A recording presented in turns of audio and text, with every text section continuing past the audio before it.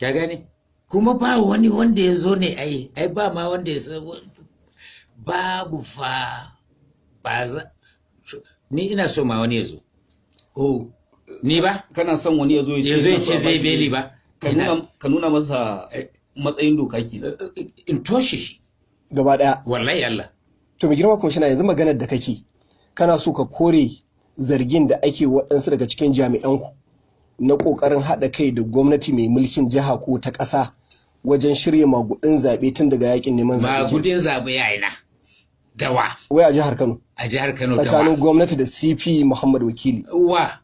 Ne ban da jiya ma na ga gwamna. Ban gan shi ba.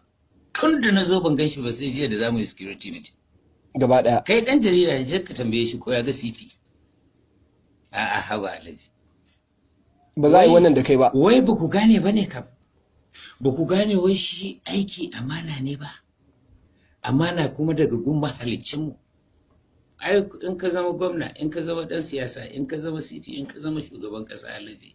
Na ɗaya Allah zai tambaye ka. Na biyu mutanen gari za su tambaye ka. Ko ba haka ba? Na uku kana da yaya da jikoki a zo sai buga yayana tambarin an yi rashin gaskiya da ni ba da ni ba. Ni fa ba a rashin gaskiya da ni Alhaji.